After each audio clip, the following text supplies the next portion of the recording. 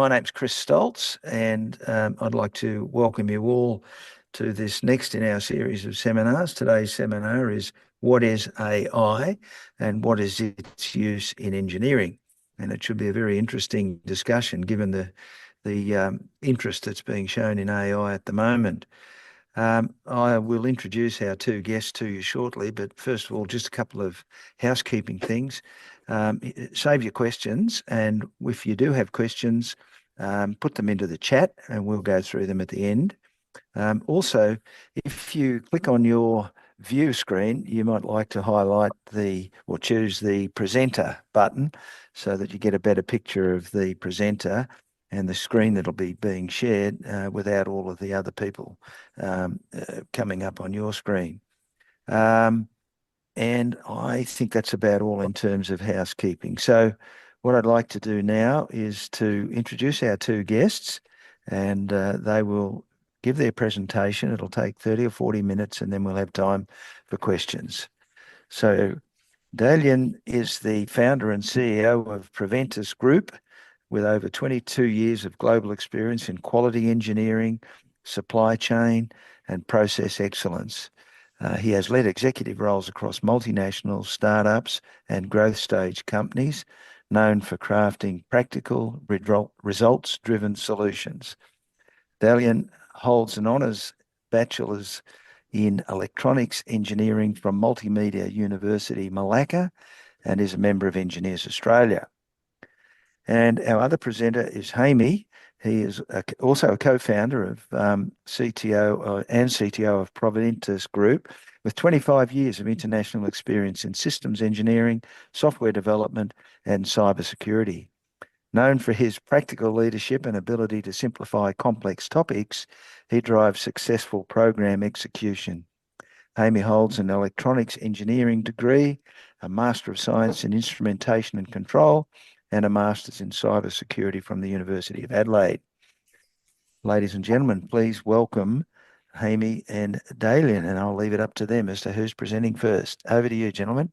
Thanks, Chris.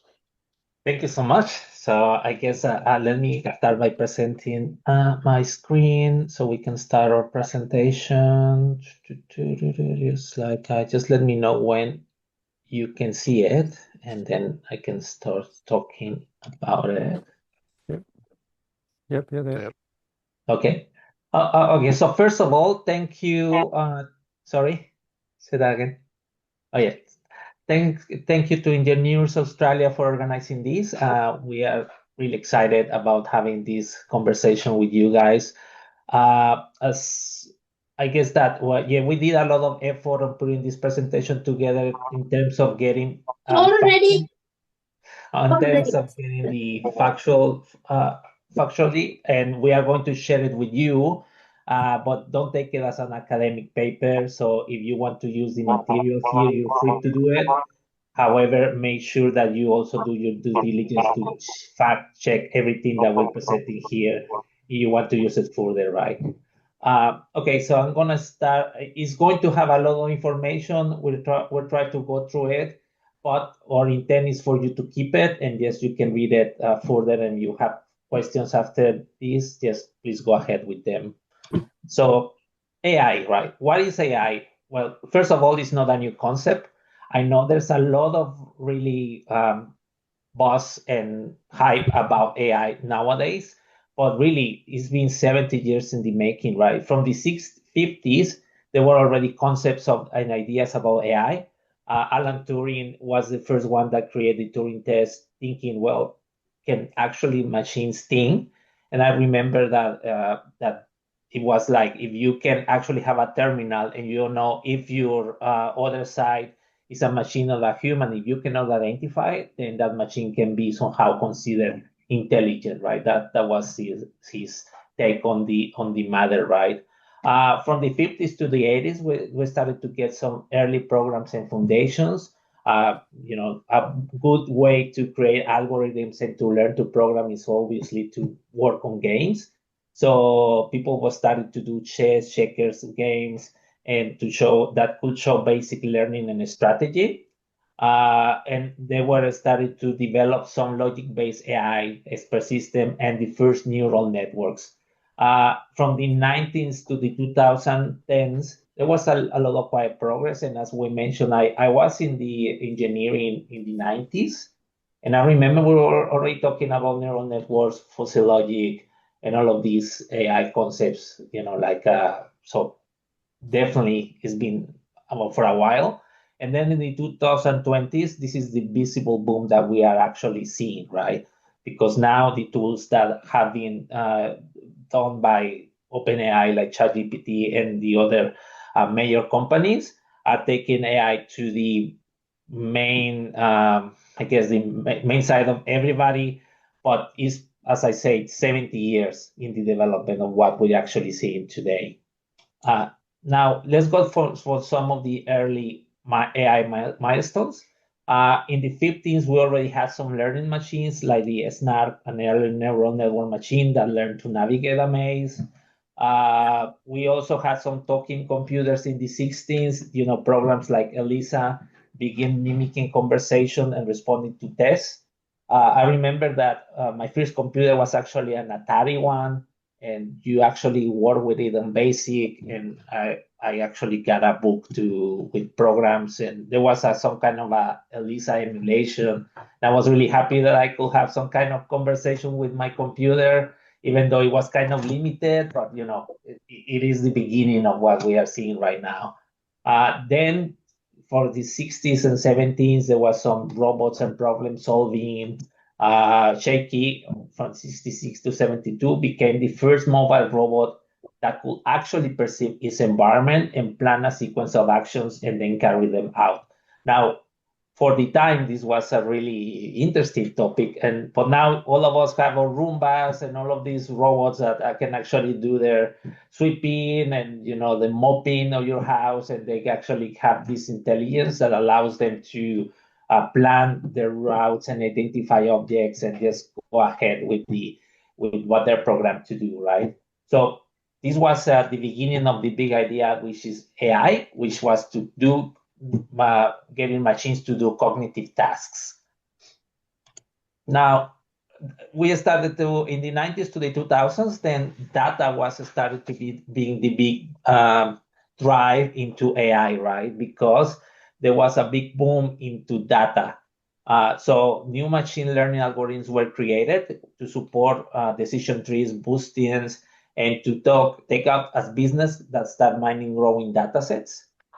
We started to get predictive analytics, which is a really big application of artificial intelligence, when you can actually predict behaviors based on the data of past, data of past events or data that has occurred right now. And you use all of that, the AI uses all of that to actually give you a prediction of what's going to happen in the future, right? And this is becoming more and more powerful, and it allows you to have some foresight into doing this. And Dhayalan will talk a little bit about that also in terms of the industry, how predictive analytics is actually used, right? Now, iconic milestone was actually Deep Blue in 1997, and for the people that, I guess that it depends on. I remember that topic when Deep Blue actually defeated Garry Kasparov on a six-game match, and it was really impressive because even though chess programs had been, present for a while, as we saw before, they were never really able to even compete with the masters of the game. And Garry Kasparov was at the top of his game during that time. And it showed that with enough power processing and strategies and programming, it will be able to actually accomplish these perceivable insurmountable tasks on this time, right? Then narrow AI, which we will describe a little bit what does narrow AI means, quietly started to spread, right? So we started to get some credit for detection, web search ranking, and early recommendation systems. Now, what you see now, shopping and your media suggestions, what you actually call your algorithm, a lot of people say, oh, my algorithm is sending me this because I was thinking about buying this and I was searching this, and then you start to see ads. This is basically narrow AI doing what is expected to do, right? It also started to improve speech recognition and computer vision. making interfaces like voice menus and basic image analysis actually practical, right? And AI starts to reach computers, right? In 2011, IBM Watson wins on Jeopardy, and Apple Series launches the iPhone 4S. So I remember that time everybody was so happy that they could actually talk to their iPhone, right? From then on, AI systems sit basically inside your phones, your cars, online services, and it's usually invisible and highly specialized, but it's shaping your everyday experiences. And as I say, this is AI. We're probably not thinking that it's AI because we're thinking the newer hype as AI, but this is already been for a while. Now, the deep learning revolution was actually triggered because the new GPUs, which are the graphic processor units, is starting to actually provide a lot of powerful processing power, right? So that allowed the people to allow the Hinton's team to won an image recognition context by a huge margin because they were starting to use deep neural networks. So big data plus big compute got some big advances in AI. Researchers found that training very large networks on massive data sets, millions of images, billions of words, yielded dramatic improvements. GPU accelerate training. And in 2009, a paper showed that the GPU's speeding up neural net made this feasible. And this was the beginning of the conception of what we have now as LLMs, right? Now, a major breakthrough on this at this decade was actually AlphaGo, that was actually able to defeat the Go champion Lee Sedol with creative strategies. Go is usually considered a more complex game than chess in terms of programming, and this was actually unexpected. And there's actually a good documentary that I will recommend to you about this because it started to behave in a way that was somehow unpredictable because it was learning, and it learned that, I guess, how to defeat this champion by using some of the box thinking, right? And like I said, thinking obviously on quotes. And AI started to just pop up of everything, right? All the tech giants started to get their own deep learning products, like the self-driving car prototypes, voice assistants like Alexa and Google Assistant, translation apps, and President's growing hell by diagnosis, images, finance, and more. So the top 2010s was actually cemented machine learning, especially deep learning, as the central force in AI research and development. Now, the hype actually started in the 2020s with generative AI and the LLMs, right? Huge language models. In 2017, the transformer neural network architecture was invented, enabled much larger and more context-aware language models. By 2018, OpenAI GPT models began to appear, and GPT-3 in 2020 had 175 billion parameters, trained on roughly 300 billion words of text. So you can imagine the huge amount of data that was actually getting into GPT-3. In late 2022, OpenAI actually released ChatGPT, right? This easy chat interface that all of us know now, which is a powerful large language model. It reached 100 million users in mere 2 months, the fastest adoption of any tech product ever, right? Sparking a media frenzy and an AI boom in the public eye. Now, once that you see a breakthrough technology, you have an investment frenzy, but everybody was trying to get into the bandwagon of investing on all of these different companies that were actually promising to deliver AI solutions. It was such that 40 billion were poured into AI startups in just the first half of 2023. Every industry and company began exploring how to use generative AI and AI that creates content, right? And when you create one of these companies, it's not that you're actually, redoing ChatGPT by yourself. You actually leveraging ChatGPT or other large models that already exist, and you put your own flavor of your application into your startup. So as you can see, this actually enabled a lot of companies and a lot of startups to start working on this and get a lot of investments. There are several cases of when this was actually vaporware, but I guess that's I probably will tell you to investigate these ones because they're really interesting use cases. And then again, AI is everywhere, right? 2023 saw rapid releases, GPT-4, even larger, is estimated to have 1.7 trillion parameters. Google Bars, Meta, Llama, etc. Generative AI can draft, test, code images, and more. And we can see this all over the place in social media, at work, etc. Right? There are different types of AI, right? I guess by how smart they are, their capability. Narrow AI is very good at one thing. Examples recommending movies, recognizing faces, answering your questions. This is what we mostly use today. There's general AI, which is hypothetical, and that could learn and reason across many tasks as well as a human. We don't really have this yet, right? So you don't really have an AI that you can have, like a level of a toddler and it can start learning by everything that you put into it. It doesn't really exist like that. And then this is super intelligent AI, which is a speculative future AI that will be far smarter than humans in almost every domain, right? This is basically science fiction at this stage. Now, how they think? I guess that rule-based symbolic AI follows explicit rules written by humans. If X, then do Y. This is great for well-defined and stable problems. So you basically create your program within the parameters of your tasks, and this is define everything, right? Just symbolic AI.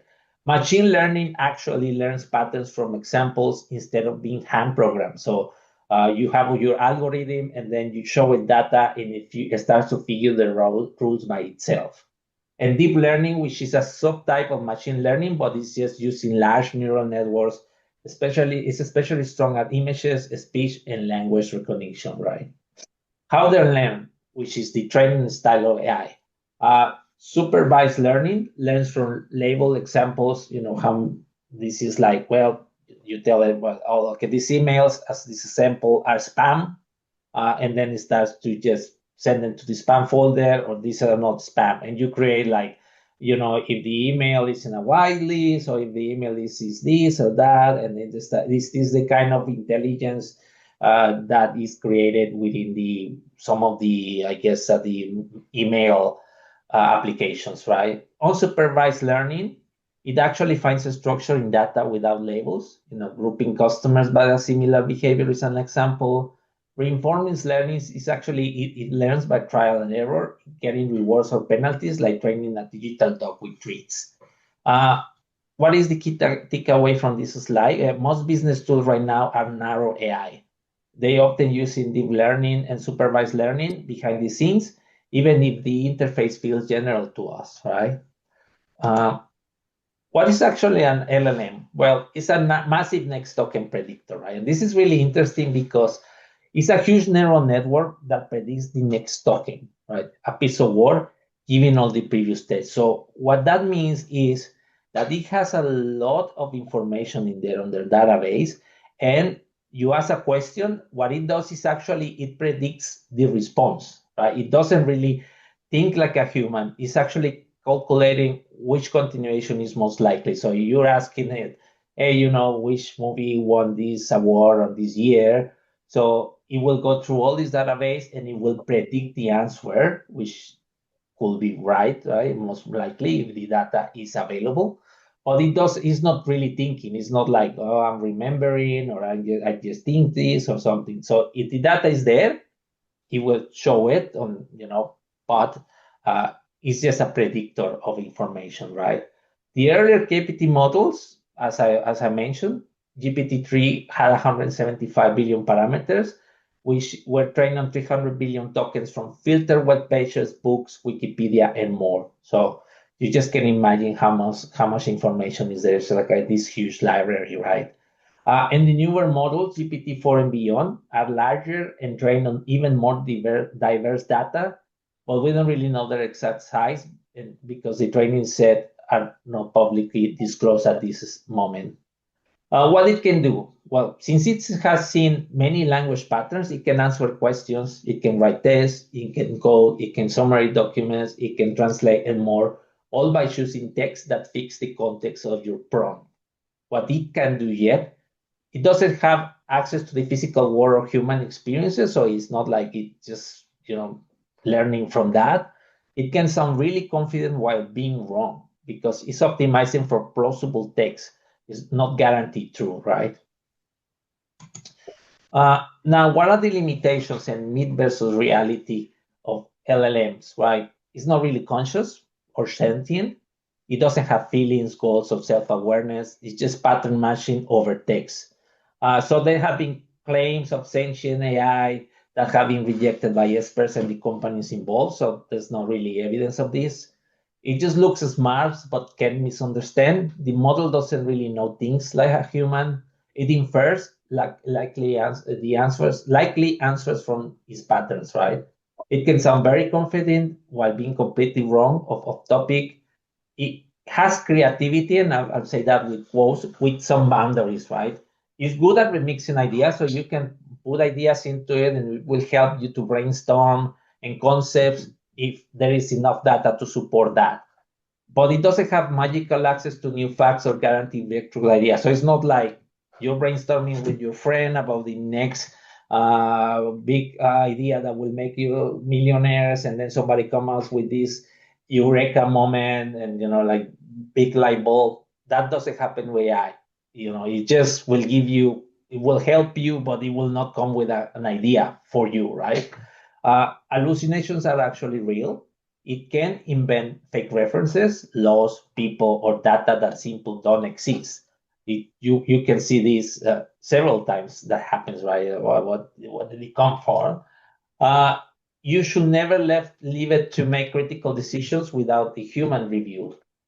It also is biased because there will be biases and stereotypes present in its training data. It's shaky on complex logic, long calculations, or subtle edge cases. And I see this. I mean, one time I was trying to get an answer to a logical problem that was not actually, and since it didn't have the data, it never actually got to the right answer, right? It was just like going over and over again with the same suggestions over and over again, and it always tells you this is the one that's working. This is the actual solution, and you think so, but it's not. It's actually it's shaky on that regard, and it's best used as a powerful assistant, right? It's not a replacement for the expert human thinking. Now, why AI won't take over the world yet? And this is more a topic of science fiction than anything else. Well, there is no general intelligence. The systems of today are not specialists. They're good at certain tasks, as I described. They're really weak outside them. We don't really know how to build a machine that will have even the common sense, a flexible common sense of a human. Design for robots with real software, all of these killer robots like Terminator, Matrix, all of these are movie plots, right? There's not really something that's even close to that. It's just a research question, a theoretical question. Is it possible even to do it? You cannot buy it. You cannot see it anywhere. There is no secret wheel or a hidden agenda, so they don't have goals. So tomorrow you're not going to wake up and ChatGPT will be thinking, no, I'm not going to cooperate today, or I'm going to be sillier today or something. It will only just be, I guess, aligned to its own programming, right? We actually keep them in control boxes. I mean, there are no servers. They have safety rules. They are monitored. They have kill switches. There's a lot of active work on AI safety testing, ethics, to keep them within some guardrails.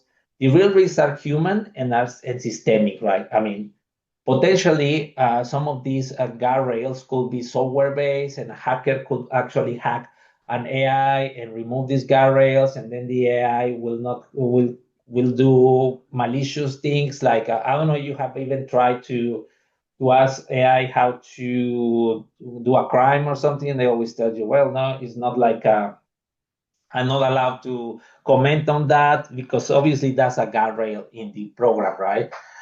So it will help you to hack something, but if somebody hacks it and it just removes those guardrails, they can use it as a malicious tool, right? But not by itself. So it's just deep fakes, security misuse, software bugs, and all the main worries that we have today with hackers and malicious actors. So it's less Terminator, more powerful tool that can help or harm depending on how people use it. And I guess this is an introduction also to what Dhayalan is going to be talking about. Some of the best practice for using AI is your power tool, right? It's not your teammate, it's not your SME, it's just an enabler, right? You use it to speed your boilerplate refactors, doc test, data crunching. You still own as an engineer the design decisions, correctness, and reliability. You prompted to write a spec, but you have to tell it the constraints, right? What, how, constraints, as I mentioned, language, style, edge cases, APIs. You have to provide examples and context like schema, interfaces, error cases to get better outputs. You can trust it, but you have to verify everything. If you're a software engineer, it's just like having on review pull requests, right? Everything that AI pulls out for you in software coding, just treat it as proposed patches. Never take it as production code. You still need to test it. You still need to do your security checks, your linters. You have to do a real code review, and it has to be by an experienced engineer, right? That has this expertise to being able to verify that the code is fit for purpose. And also, don't just cheap hype. So don't use it because everybody's using it. Don't use it because your vendors are putting pressure into you into starting to get into the AI hype. If it improves your latency, your quality, your cost, or your developer experience, then use it, right? But measure the impacts and be ready to roll back whenever it's not good for you. And keep the humans in the loop for decisions. This is the more important topic, right? Use AI to generate options, summaries, and analysis, but engineers must decide on the most appropriate engineering solution, especially for critical topics like architecture, safety, and business logic. Okay, so I'll pass the torch to you, Dan. Thanks, Jaime. Obviously, that was pretty good and very insightful.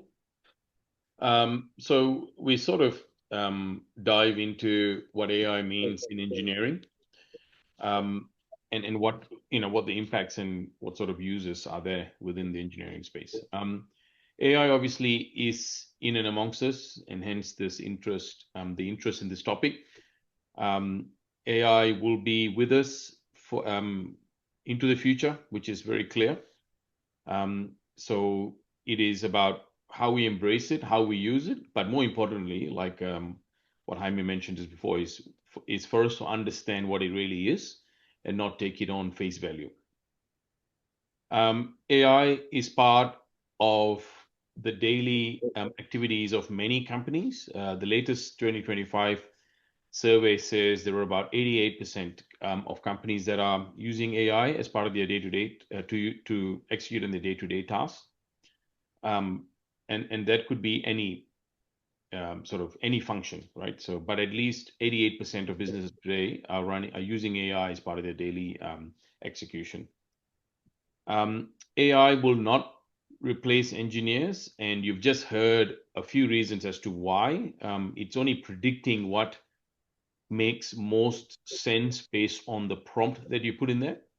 And it is not actually thinking independently with common sense and foundational knowledge like you as an engineer, right?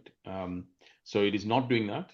It is predicting. And so it is for us to sort of look at that outcome, use it as a tool, and then use that outcome, enhance that outcome, validate it, verify it before you incorporate it in the work that you do.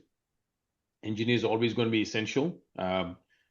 This reminds me of what Albert Einstein said a while ago.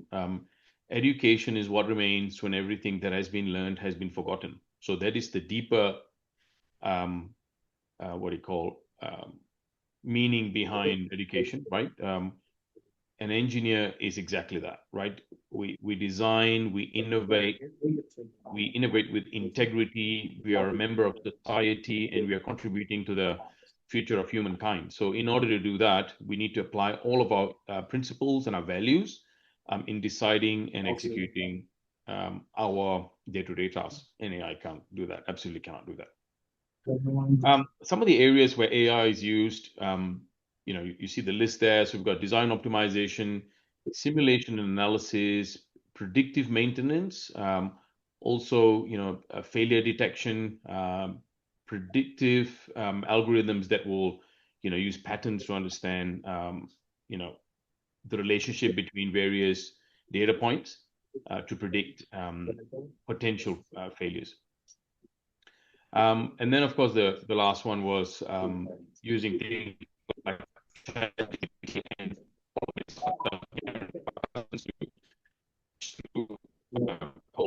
huge amount of data to provide you with reference to for the task at hand.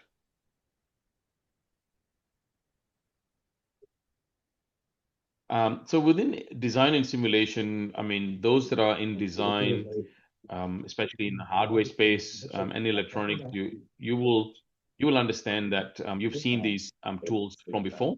And as Jaime said before, the type of technology that was there before has been pretty narrow in the past.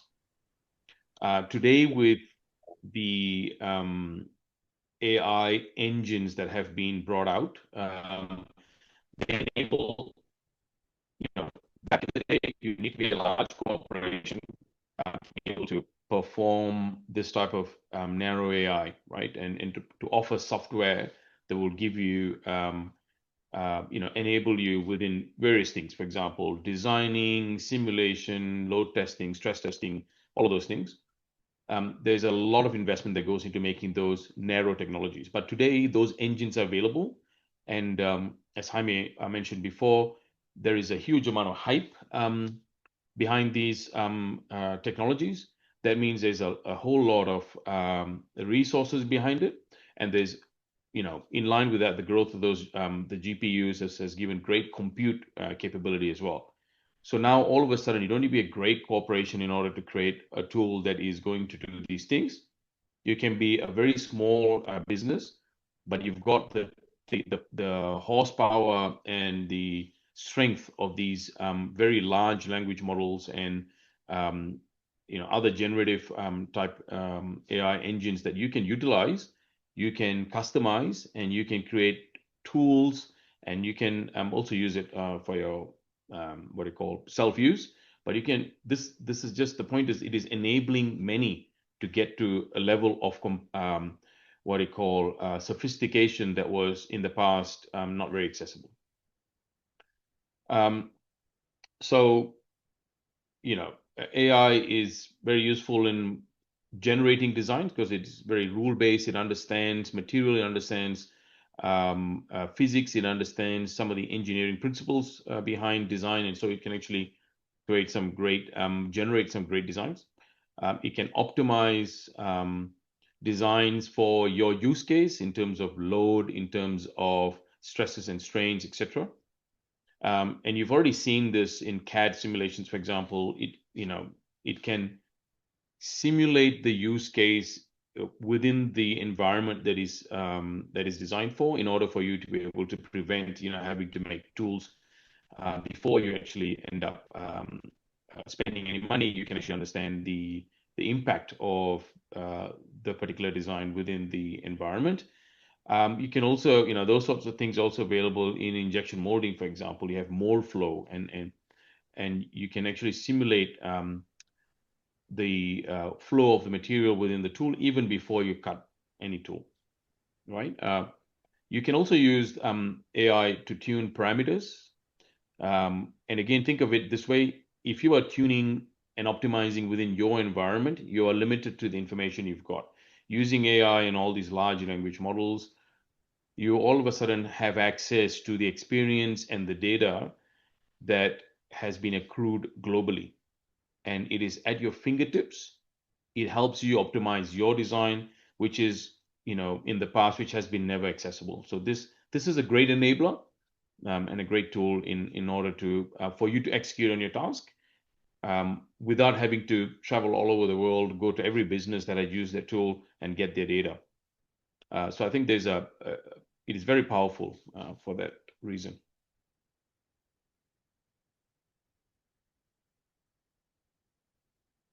Thanks, Jaime.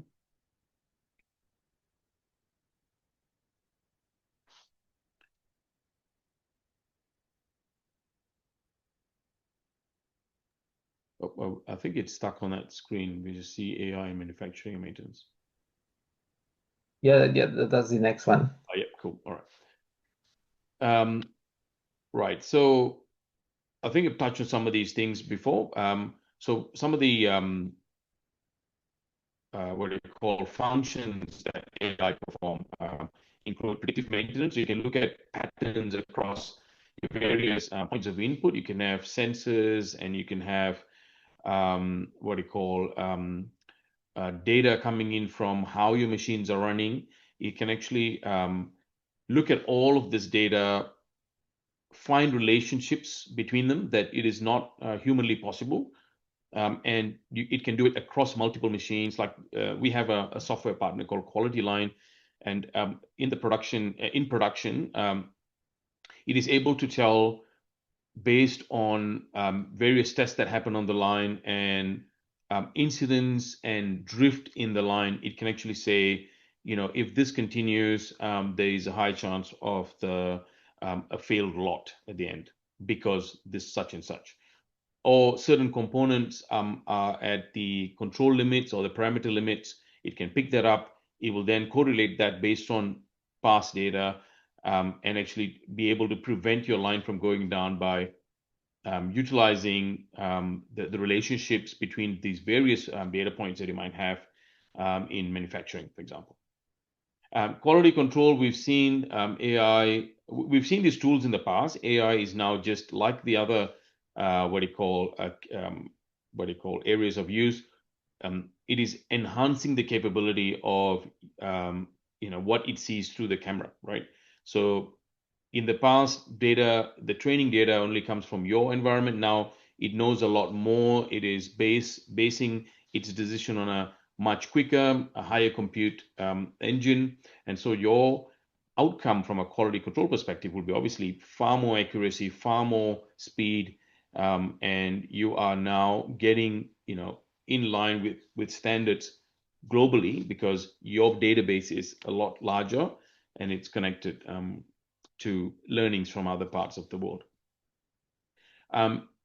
So robotics and automation, same thing, right? You can see that concept applies everywhere.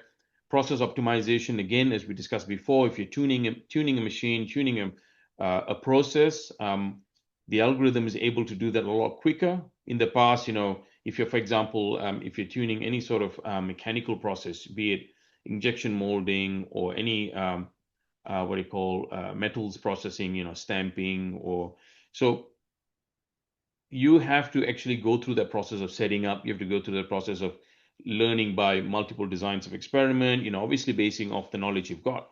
But if you use AI programs to do that, it can actually get to that optimized state in a far quicker time frame than you could individually or as a business.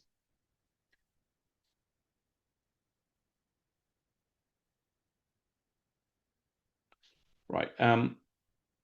So the next topic is AI in civil and infrastructure. Recently, we were at Swinburne and we saw in their Factory of the Future, they had one of these drone AI tools. It was being sent to look at surface corrosion, structural integrity, and be able to bring data back and even make decisions real time regarding the state of the various structures. And that is another growing, having AI being able to decide at the height that those structures are at, and you're unable to access those points of inspection directly as a human. Having AI do that on your behalf and give you information in order for you to make a decision is great. Smart cities and traffic, obviously you can see, based on the tools that you might be using already on a daily basis, like Google Maps and Waze. It actually customizes your journey for your kind of driving, for your type of vehicle, for your environment. And this is great because this is something that in the past, tools that are standalone were unable to do. Your old Navman, what do you call device that you put on your screen, on your windscreen and use, wasn't connected. It did not understand that. But now your traffic experience is actually a cumulative experience, taking data from multiple other users. It uses various users that are using the same tool to understand traffic flows, to understand, predict. Sometimes you get a warning saying, "Hey, traffic's slowing down. Do you want to take an alternative route?" So things like that, and similar sort of concepts are applied across traffic optimization in cities. Construction planning and geotechnical and environmental areas, again, very similar concepts. It uses multiple data points. It understands past patterns on, for example, if you're having like earthquakes and other types of events, you've got sensors in the ground that can understand what are the precursor to some of those events, be able to find relationship between all of these various data points and sensors that is using, and then predict that, hey, something's going to happen, right? So you understand that really the basis of a lot of these functions is very similar. The application is obviously varied.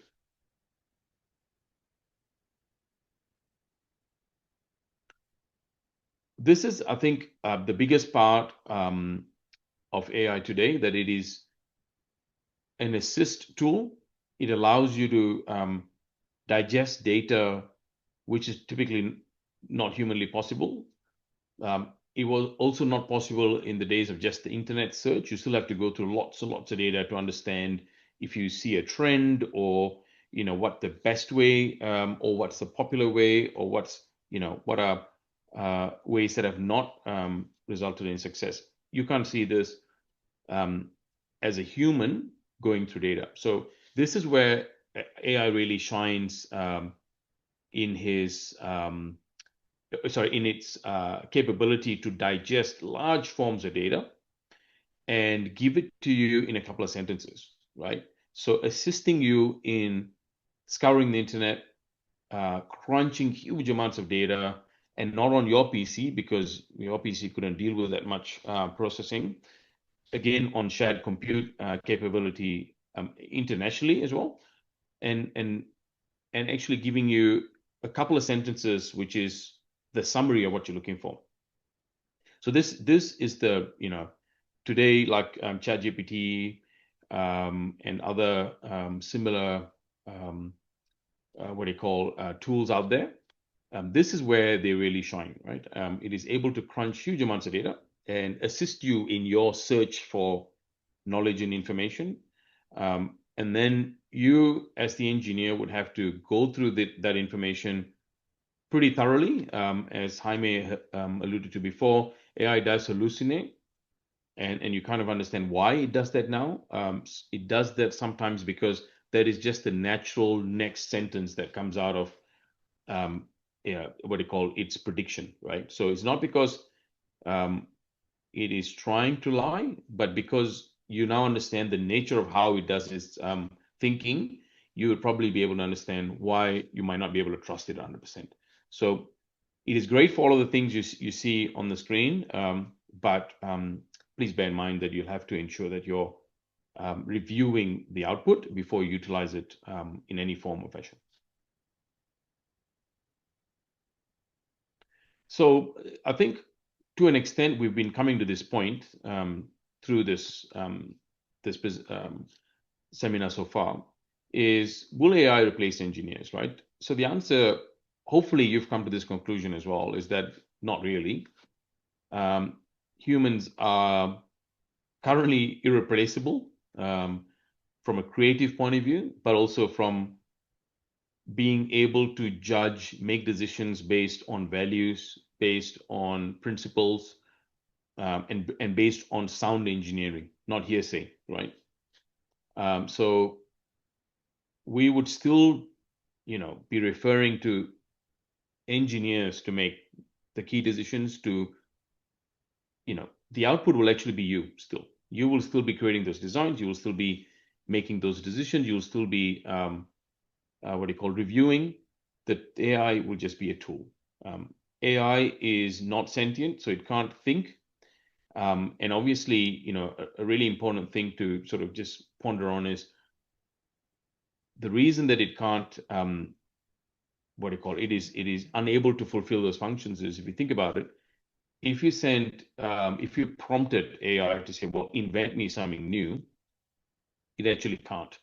I'll give you a quick example. A while ago, we were trying to create, some slides for a process improvement conversation. And in that, I was trying to use AI to create a square wheel. The idea being, dragging a cart with a square wheel is not very smart. It's just going to dig itself deeper into the ground. And if you stop for a moment, so that sort of represents poor processes and all of the burden that you carry with you if you didn't have great processes. So I was just trying to get AI to draw me a square wheel. It could not do it, right? However you prompted it, it wasn't able to do that. That is because it was relying on past knowledge. And in the past, nobody really used a square wheel. So it could not compute what a square wheel looked like. I could try my best to sort of make it think about a square, and then convert that to a wheel. And yet, if you look at what it did, you'd laugh, right? So this is, whereas if you told a human, hey, think of a square wheel, instantly, you know what it looks like and you know what it means. I don't need to explain it any further. So I think, the summary here is engineering utilizing AI is not only the best combo, it's the only possible outcome. You cannot completely rely on any AI, any LLM, or any sort of generative AI to do the work on your behalf. You can rely on it to create suggestions that you will then review, digest, agree, tweak, improve, and finalize before you put it to actual practical use. And I think a key, which is something we all know, is the accountability and the trust, right? That lies with your name and your organization. Certainly, you can't blame AI, for its the things that it sort of hallucinates on. Similar sort of vein, not to sort of go through this too much, but the bottom line is we cannot rely on AI alone. I think the hype tells you something else. The hype tells you this is artificial intelligence. It makes you believe that it's intelligent. It's actually not intelligent. It is a great data cruncher. It's a great tool that we should utilize to our benefit, but we can't rely on it 100% because the hallucination is real, and it has, it won't take accountability for data that it gives you, right? It comes with a lot of fine print.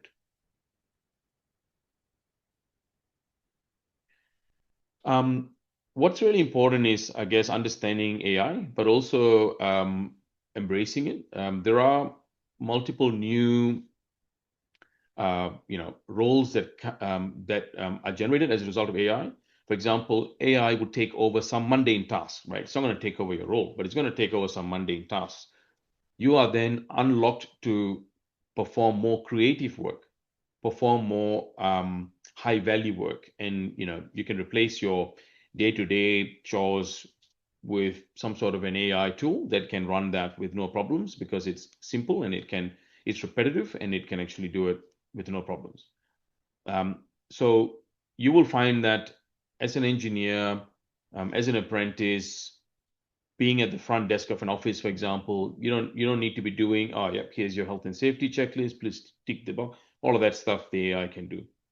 You will be taking the function of being creative, thinking of what next, thinking of future plans, planning, and actually strategizing for better outcomes in that space, in that role. So careers of the future will be a lot more creativity oriented. It will be less mundane and less repetitive, and that's a good thing. And of course, in the age of AI, there are new roles that are created as well. There's lots of software. There's many software roles because many of the existing tools are looking at incorporating AI into their functionality. So in order to do that, they need to be able to navigate the challenges there and actually look at incorporating different ways of integrating with AI. Prompt engineering is a big thing now as well to get the outcome you want. Somehow, even if you're just using AI as a tool, you need to learn how to prompt it correctly in order to get the type of outcome that you want. So there are a couple of interesting things that will change as AI is getting integrated into our day-to-day lives.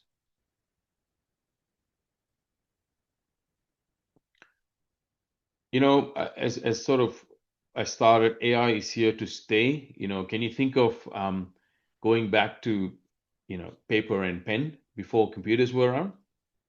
Back then, I guess it might have been even thought as being far-fetched that computers are so much part of our lives as it is today. So I don't see AI as any different to that.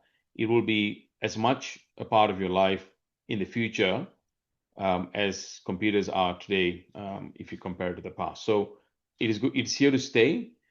Embrace those tools, but look at them with this knowledge that it is not a be-all and end-all.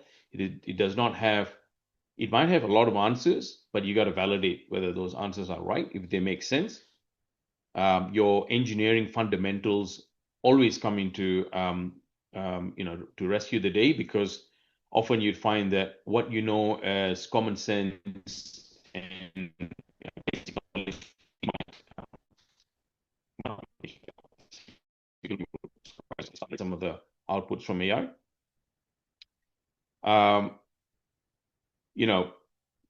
This seminar is probably a good first step. If you've not done anything else, certainly get yourself involved in more introductory and knowledge sharing type courses, if not some formal courses in understanding how AI works and how that applies to your area of expertise, and how you can work together with it, and what tools to learn about. Every day there are new tools being created. As we mentioned, there's so much resource and there's so much compute behind AI today. Small businesses are able to use AI to create great tools, and so due to that, there are just a huge explosion of tools that you can use to enable and improve your day-to-day functioning. Understand AI, that's really important. Don't over-rely on AI, and understand how it computes, how it thinks, in order for you to be able to be a step ahead of it. And of course, as we've discussed, the ethics, the values, the engineering you should really be what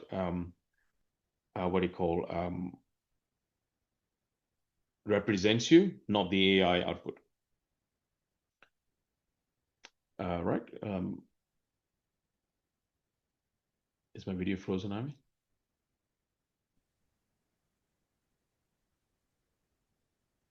Can you still hear me? Yep. That's the last one. Future outlook, engineering involving with AI. Can you see it? Yep, I can. Just a second. Yep, Zoom is not responding. Can you still hear me? Yep. Okay, cool. Yes. All right. So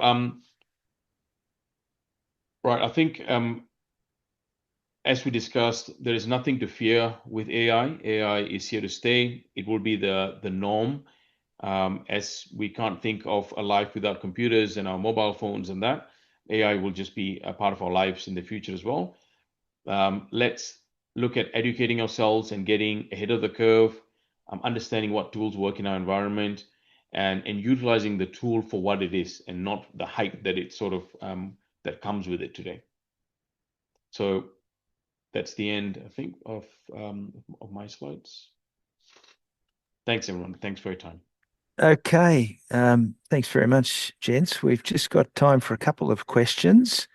One question does relate to a point you were just touching on, and that is there a forum or an association or a club that engineers can join to keep in touch with AI and learn about its latest developments and applications? Does Engineers Australia have a special interest group in this area, I wonder? Can you still hear me? Yep.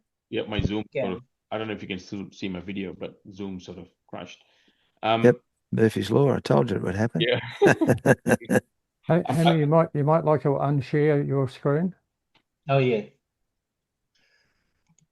Yeah, so I think there are various, forums that are out there. I am not aware of ones that are specifically targeted for AI, but I think within the various forums, there are the AI, permeates through all of them, right? AI is a topic that, is discussed in many of them. For example, we're in one group, Sydney Electronics Hardware Group, that sort of talks about folks that are in the hardware space that are developing electronics, hardware, and the rest. And even in that, there are conversations about how AI tools are utilized, what tools people use, sharing of notes, what works, what doesn't. So I'm not aware of AI-specific forums. But it's a good question, though, probably something for us to look into. But I'm very aware that many of the forums that are out there have conversations that pertain to AI as well. Okay, thanks for that. I'll throw in a question. As you know, most engineers are very outcome focused, and it'd be interesting to see where AI has actually improved the outcome. And if you can imagine, for example, building the tunnel system that the government's about to open, the Metro Tunnel, had we applied AI, would that tunnel have been built sooner, cheaper, safer, and so on? I mean, you think about some of the marvelous things that were done in the past. The Empire State Building, for example, in New York, was built in 12 months. Now, if we applied AI, could that have been built quicker, cheaper, and without the loss of, I think, about 100 lives in that case? So I guess the question I'm asking is, where's the evidence that applying AI actually improves outcomes? Yeah, I can take that. So I think that's a really, really good question. One example we can take is I mentioned one of our partners is a tool called Quality Line. And Quality Line has some very interesting stats around various very large businesses from GE and the rest that have utilized AI in. Well, he's gone. I think he dropped out. Yeah. Probably. I guess that I can continue with that. Yeah, we have one of our partners provides us software that actually has integrated AI for predictive analytics in the manufacturing industry. And that actually helps a lot of the organizations because it actually reduces the first pass yield rate by 30% on some of the best cases. And so you can actually see that AI used properly will give you the measurable KPIs and improvements coming from the use of it, right? I think that in terms of by using your example in terms of the Empire Building State, in the end, you also require, the engineering expertise. I'm pretty sure the guys that built it and designed it were guns because it's still there, and it is an achievement in architecture and construction. Having better tools definitely will help them, but in the end, it's who is using tools, right? I mean, it's just like I think that the processing power to go to the moon is less than what your calculator is. But those guys were really, really good. So having the tools that we have now definitely will help them. And there are evidences of that. Like I mentioned, that this software from our partner has KPIs and things like that. But yeah, you still have to do your due diligence as an engineer, right? That's I guess that's in the end the main message that we want to provide to you guys, you know. Yep. in that So regard. on that note, and given that we've run over time, we sort of make an obligation to stay on time because people have taken their lunch break or something.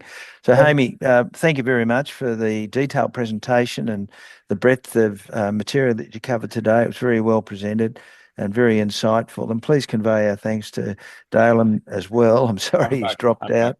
Oh, you're back. Well, thank you very much as well for your presentation. Thank you. And people watching this, if you've got queries, you can email Colin or Kelvin, and they will pass your questions on. And as we have done with our previous presentations, this eventually will find its way onto our YouTube site. So with those few words, thank you very much to Dhayalan and Jaime, and thank you all for attending, and we look forward to our next presentation next year, which you'll all get emailed about shortly.